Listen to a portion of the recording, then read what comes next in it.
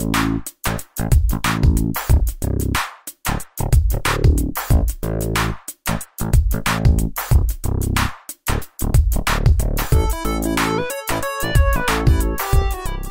what's up everyone? Welcome to Toon Chat episode 2. It's Gravy here and I'm here with Zombie. Hey everyone! Hey, we're going to talk about what transpired last week in the world of cartoons. We had a new regular show. The episode was called Struck by Lightning, and it's centered around Muscle Man and High Five Ghost, where they lose their memories after playing touch football in the rain. I think everyone has that where like their parents are like, get inside, it's raining, you're gonna get struck by lightning. Oh yeah, we had that. I mean, I remember my cousins and I used to go in the pool and stuff, and start raining. We're like, nothing's gonna happen. Oh, I used to get yelled at for being in the pool. Yeah, nothing's gonna happen. Get out of the pool! What could possibly happen? We're already in water. We're wet. Why would you make us get out of the pool? Yeah. But anyway, so they continued to play football, and then Muscle Man and High Five score a touchdown, and they do a little victory dance, and after the dance, they get struck by lightning and wake up in a hospital, and they have very selective amnesia where they just don't remember their friendship. Yeah. They remember everything else. Special TV amnesia. Yeah. So the doctor, of course, doesn't help them and just sends them home and makes it everyone else's burden to help them remember their friendship. And Mordecai and Rigby take it on themselves to remind them because of their own friendship. They're like, you know... Oh, because they have their special thing. Yes. Like, so Mordecai and Rigby have their thing, like, where they go, whoa, and they you know, their special hand slap and all that stuff. And so they're like, you two have your thing. And what's Muscle Man and High Five's thing? So they take them out to do wheelies. They do with donuts. The cart, with the they cart. do donuts in the cart, and it's like, take off your shirt. And he's like, you know, trying to remember, like, oh, he loves waving his shirt over his head and yelling, woo! I like High Five Ghost's concern about ruining the lawn. He's like, oh, aren't we ruining the grass? Yeah, where they do that all the time, and it doesn't matter. But this time he was concerned. And what was next? Wings. Oh, eating. They went out to eat wings, which is kind of the regular show version of drinking. Yeah, and it's the regular show version of alcohol. Yeah, I think the whole point of that was like these were all Muscle Man things, right? Yes. Muscle Man loves doing donuts, waving his shirt over his head, eating wings, and then High Five's like, what about hanging with my girlfriend? What was her name? Celia? No, just Celia. Just Celia, and you know, going to the record store. Yeah. These are things that I've never seen in the show, so it's hilarious he mentioned them. It's kind of funny because it shows how weird, like contradictory the two of them are. Like Muscle Man is kind of trashy and he's brash trashy and loud, and High Five Ghost is kind of chill and he just likes to hang out with his girlfriend and listen to music and make music. Like he had his little keyboard thing. He had a little keyboard. He was making a weird song, and I think that's the first time we ever saw where he lives. House, yeah. We've never seen where he lives, and it looks like he shares a house with his brothers. Yeah. Or at least one of his brothers. Yeah, he shares it with Lo-Fi. Lo-Fi. Who is the police brother? I don't know. I can't remember who the police brother was, who has the same voice, I think. I'm very confused if Lo-Fi is the cop or he was. I don't know. Yeah. No, I think he was the bad brother, and then there was a cop who, the episode when they fell into the shag carpet of the car. Yeah, the 70s shag. Took them to the impound lot. That was the other brother. Yeah. But anyway, this was the first time that we had ever seen where High Five lives. And I thought it was very funny that they had a shoe shelf.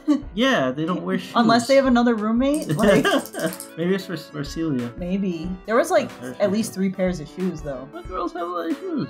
So anyway, so I think what wound up happening was that none of it worked, and Mordecai and Rigby kind of give up.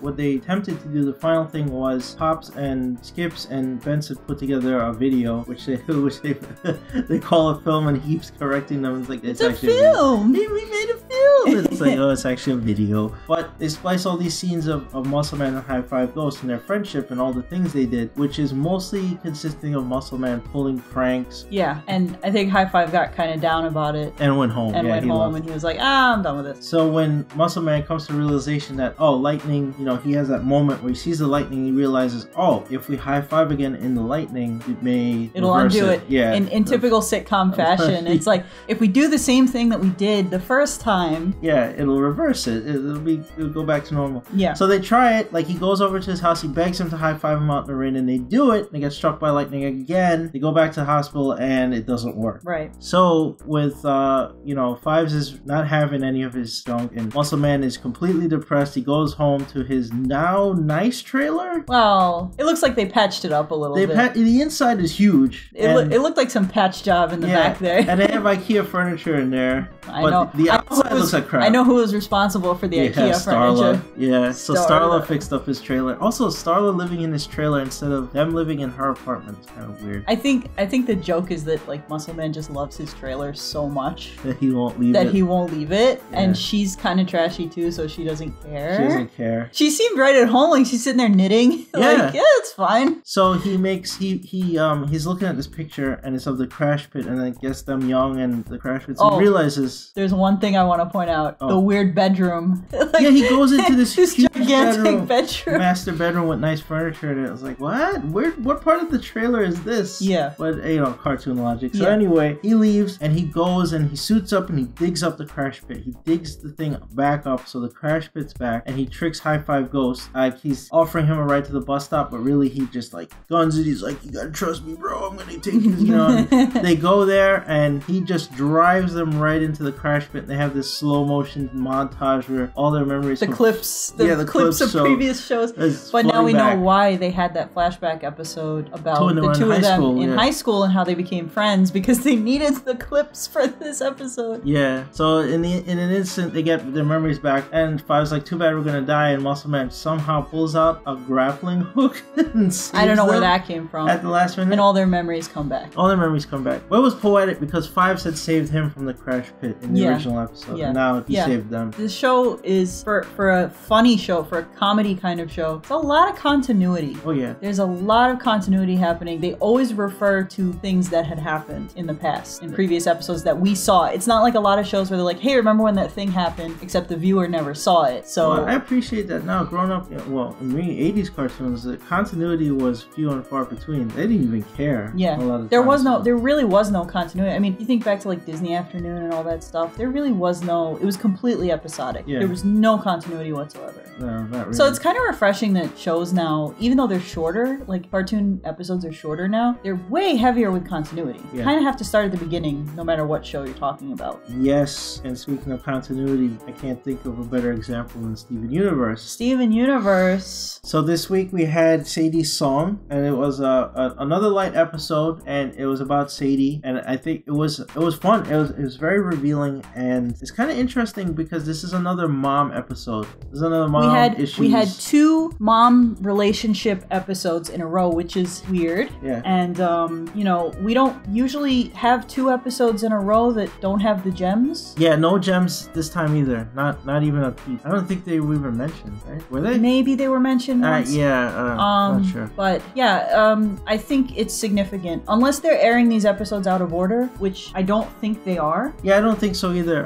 So what's interesting is Steven volunteering for the amusement park. I can't remember his name. Mr. Smiley. Mr. Smiley. I think he owns the arcade. He owns the arcade. I think he owns the whole boardwalk. Maybe he owns the whole boardwalk. And he's having a boardwalk palooza. Beach-a-palooza concert, sorry. And Steven is handing out flyers, so he goes into the donut shop, where interestingly enough, it seems like Lars is still pissed at him for the island. Yeah. Well, there were two pieces of continuity from that episode. There was Lars being upset, and Sadie still had the scar on her cheek. Yeah. From fighting the In her monster. Design now, she has the scar permanently on her face. Which is amazing. Again, shows when we were kids, characters could have the worst injury. They could have a broken leg. They could have whatever. And it's like the next day, everything's fine. Yeah, back to normal. Character could get like burned or like any number of things. Their hair burned off or whatever. Lose comes teeth. Back. Yeah, lose teeth. It doesn't matter. Cartoon logic. This is the exact opposite of that, which despite how fantastical the show is, it really grounds it. It really makes it that much more believable. Like, oh, that thing that happened last week, that's still relevant. Yeah, so he goes in the donut shop and he hears her singing. Well, he hears singing and he sneaks into the back room and he sees her singing a song, and he's very impressed, and it's kind of like her secret. And he's like, I didn't know you could sing. And it was like very... She's like, yeah, nobody does. Yeah, it was very jarring for her. That's on purpose. Yeah.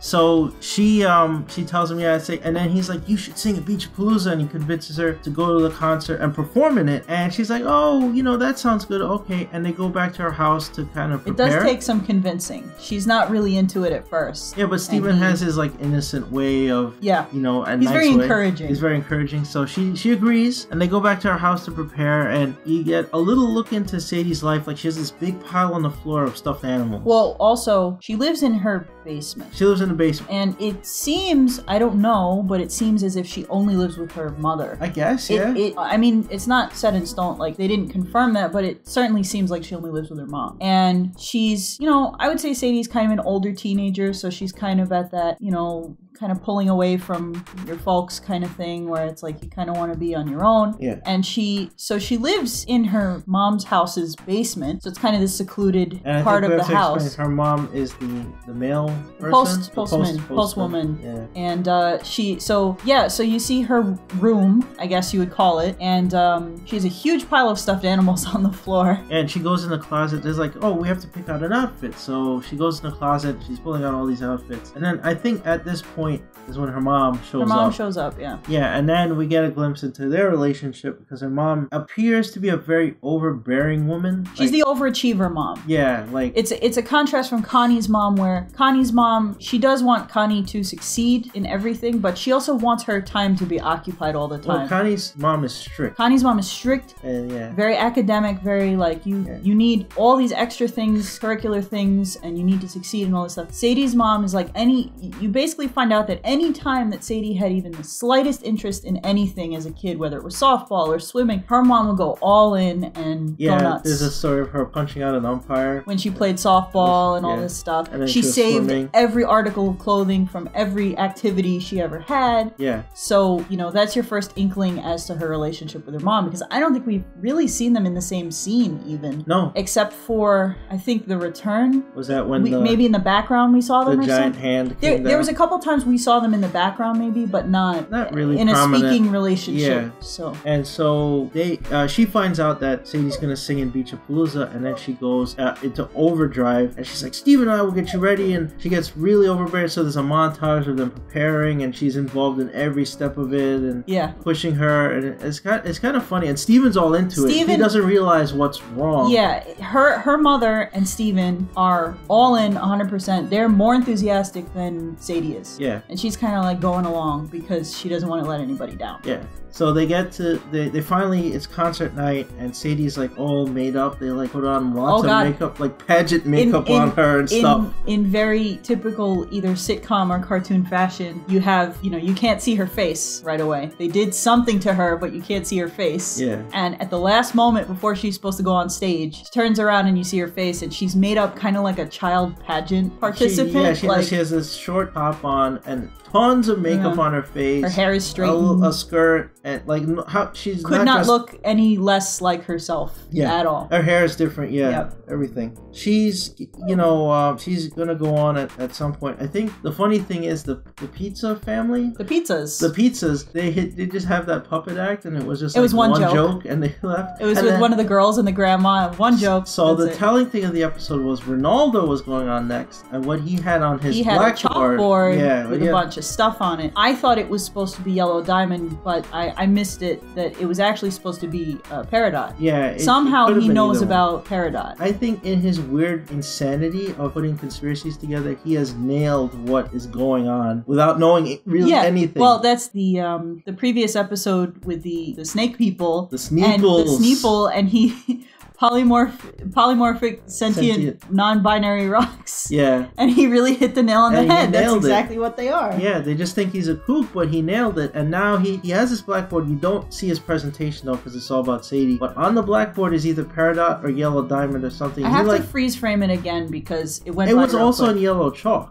so that was interesting. I have to freeze frame that because it went by real fast. And so we get back to Sadie, and I don't remember what Steven or her mom said, but she freaks out. Oh, they were just overbearing. They were overbearing. They were like, you have to go on, it's time. So she kind of snaps and freaks out, and she's like, I don't want to do this. And she has a panic attack, which I mean usually is not done in a very real way in cartoons or otherwise. Like that's a real thing. Like having a panic attack is a real serious thing, and you know, anxiety and everything. And Sadie is obviously not the kind of character who likes a lot of attention or being right. Like the episode started with her just freaking out that Steven knew about her singing. She was singing because she was by herself, or she thought she was by herself. Yeah, so Steven winds up feeling bad that Sadie's mom and Steven both wind up feeling bad that they pushed her into it. So Steven's like, I'll fix this. The best thing ever happens. The best thing ever that I almost fell out of my chair. Well, I think he felt responsible. He goes, it was me the whole time. And then he puts on Sadie's pageant dress and outfit shoes and the makeup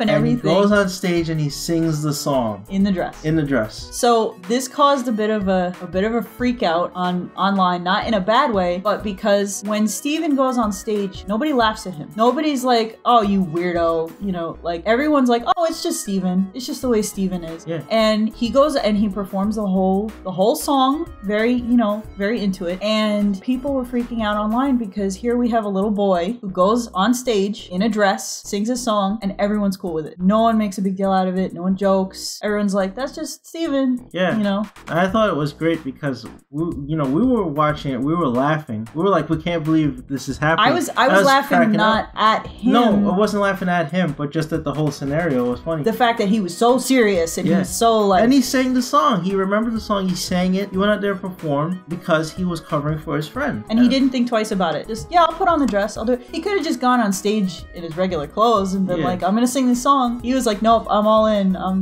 So it's very admirable that the show does these kinds of things and takes these kind of chances because nobody else is really doing that. You know, Nickelodeon shows I don't think they're doing that as much. And, No, I think Cartoon Network shows by far are taking way more chances with gender discussions. All kinds of stuff. LGBT stuff. Basically all this quote-unquote fringe stuff that nobody else wants to touch, so it was kind of refreshing to kind of see something like that. Yeah, it was. I thought it was well done. And it's the calm before the storm, because obviously having 2 or 3 light episodes in a row, stuff is going to get heavy, so I'm waiting for that. I'm waiting for the serious stuff, the gems to come back. We haven't seen the gems in a while, and we don't know what Peridot's doing. We know she's somehow still making gem monsters, considering in the last episode of Nightmare Hospital, they were treating them like people, and they just found them. Or she's finding other deposits of them, like she's finding other places where they're hidden. So that's bad. And so it's going to get real. I'm waiting for that. So the next one, I'm ready for that. I'm ready for some action. Yeah, I'm ready. I have a feeling we're gonna have a very dramatic episode soon. Yeah, definitely looking forward to the next episode. And that's pretty much it for this week. We only had those 2 shows. When the next show we're gonna focus on Teenage Mutant Ninja Turtles, because we're close to the end of the season, but Nickelodeon did something a little unorthodox. They released the entire season finale online before it airs. The 2-part 1-hour season finale. Yeah, so you can watch it online right now. So we're gonna do a show on that specifically before we get to this week's shows, where we'll go back, we'll talk about Gravity Falls and Steven Universe, of course, and regular show and whatever else was new this week. Yeah. But so the next time we're going to focus on TMNT specifically because it's the season finale. Yep, and if there's an animated show that you want us to cover that we haven't talked about, let us know in the comments. We'll take a look. Alright guys, take care. Bye.